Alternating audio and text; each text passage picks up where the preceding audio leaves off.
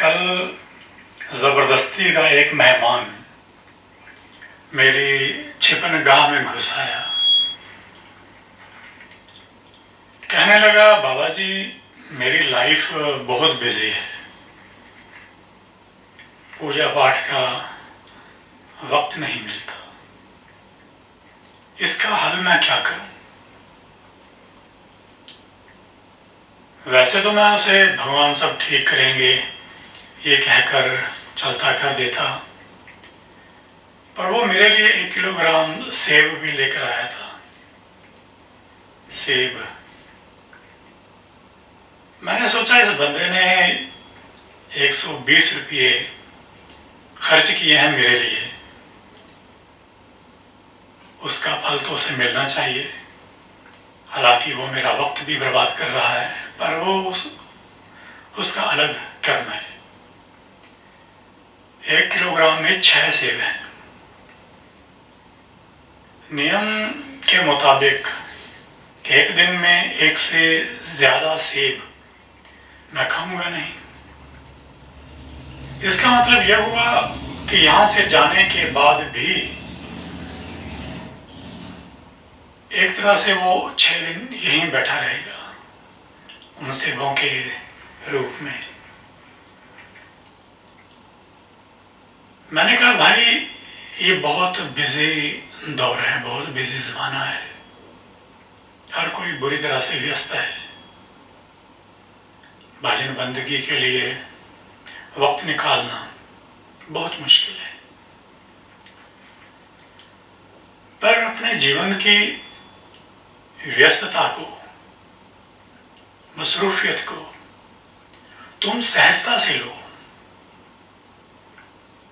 देखो, तुम बहुत बिजी हो, तुम्हारा अपना बिजनेस है, उसके लिए तुम्हें भागदौड़ करनी पड़ती है।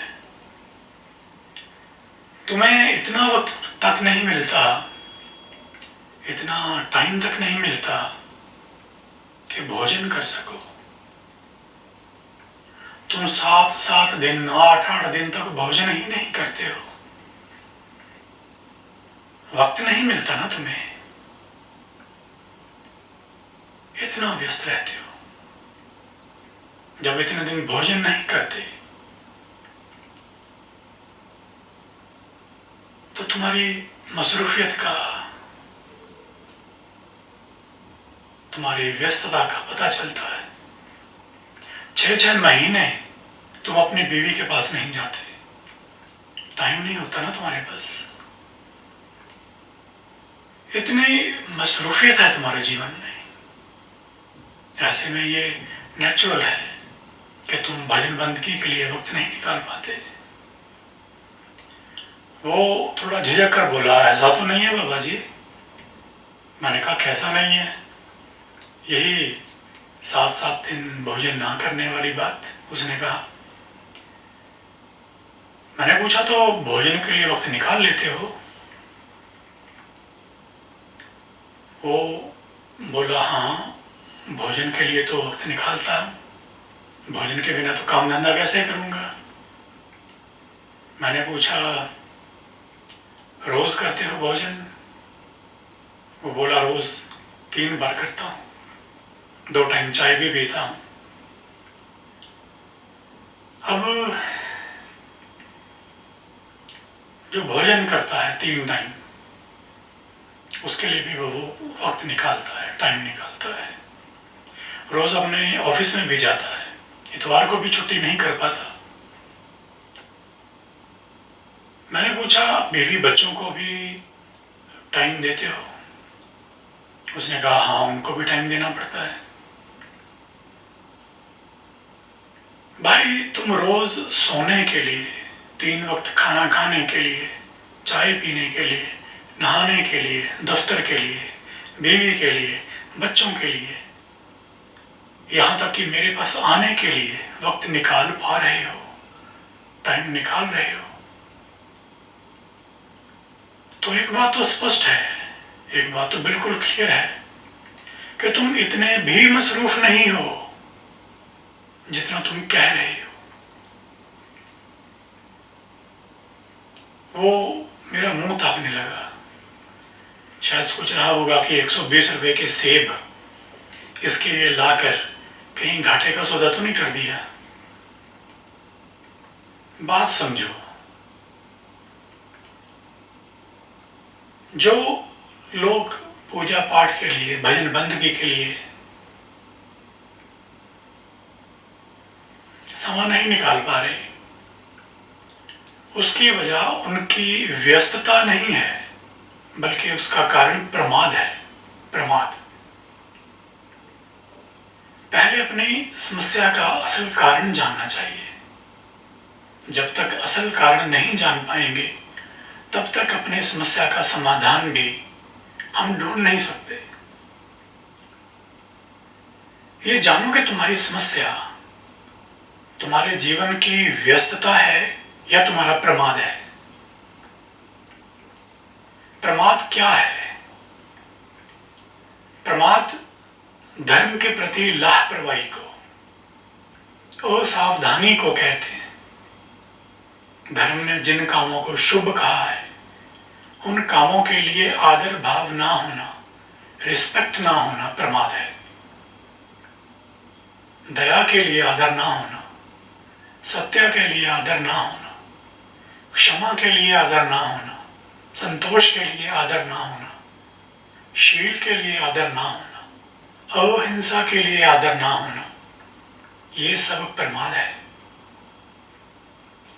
किसी पर दया करने के लिए तैयार नहीं, किसी को क्षमा करने के लिए तैयार नहीं, मन में संतोष नहीं है, मन में हिंसा भरी पड़ी है, यही तो प्रमाद है। धर्म करने के लिए, शुभ कर्म करने के लिए, शुद्ध कर्म करने के लिए उत्साह ना होना प्रमाद है। यथार्थ ज्ञान को प्रमा कहते हैं। प्रमा। जो प्रमा का दमन करे वो प्रमाद है। प्रमाद विवेकहीनता है। जिंदगी का असल लक्ष्य क्या है, ये जानने के लिए विवेक चाहिए। असल लक्ष्य को ना जान पाना विवेकहीनता है। असल लक्ष्य के प्रति आदर ना होना प्रमाद है। असल लक्ष्य के प्रति मन में दृढ़ श्रद्धा नहीं है, मुंह से चाहे कहता है कि श्रद्धा है, असल लक्ष्य के प्रति अनादर है। असल लक्ष्य के प्रति मन में शंका है, दुविधा है। प्रमाद को आलस्य मत समझ लेना। आलस अलग स्थिति है। किसी काम को करने का मन ना करे, शरीर में चुस्ती फुर्ती ना हो, वो आलस्य है। जब आलस्य की स्थिति हो तो मन और तन दोनों में ढीलापन और सुस्ती होती है। जबकि प्रमाद सिर्फ मन की स्थिति है, ये लापरवाही की स्थिति है,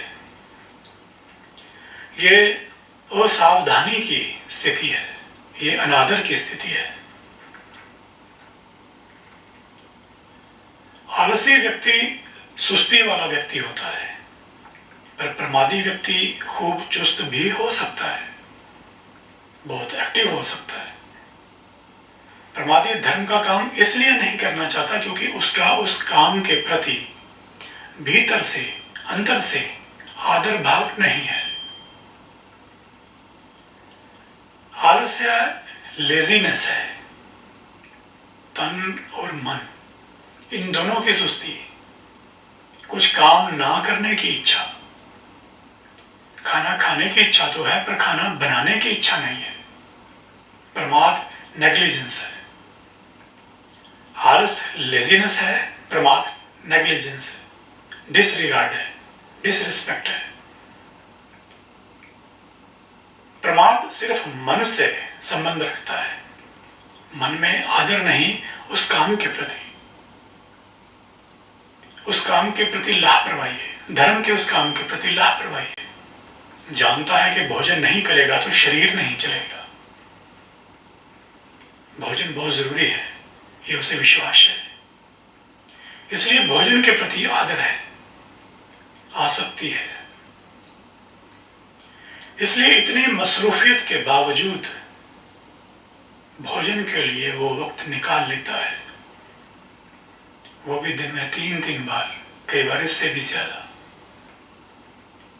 काम धंधे के प्रति अनादर नहीं है, लापरवाही नहीं है। काम धंधा नहीं करेगा तो कमाई कैसे होगी? कमाई नहीं होगी तो भोग विलास के साधन कहां से जुटाएगा? इसलिए काम धंधे के प्रति आदर है, रिस्पेक्ट है, आसक्ति है। इसलिए इतनी मसरूफियत के बावजूद भोजन के लिए वक्त निकाल लेता है। इतनी मसरूफियत के बावजूद संडे को भी काम पर जाना हो तो जाता है, ओवर टाइम करना पड़े तो करता है, डबल शिफ्ट लगानी पड़े तो लगाता है। भजन बंदगी के लिए मन में शंका है, दुविधा में ही है कि कोई आत्मा है भी या नहीं, परमात्मा है भी या नहीं, धर्म का कुछ लाभ है भी या नहीं, दया का, क्षमा का, दान का, सत्य का, अहिंसा का कोई लाभ है भी या नहीं। मन में शंका है, संशय है, माइंड बहुत डाउटफुल है। इन सब के प्रति अनादर है, डिसरिस्पेक्ट है, नेग्लिजेंस है, लापरवाही है। आदर उसी के प्रति हो सकता है जिसके प्रति संशय ना हो, जिसके प्रति डाउट ना हो, जिस पर दृढ़ विश्वास हो, पक्का यकीन हो।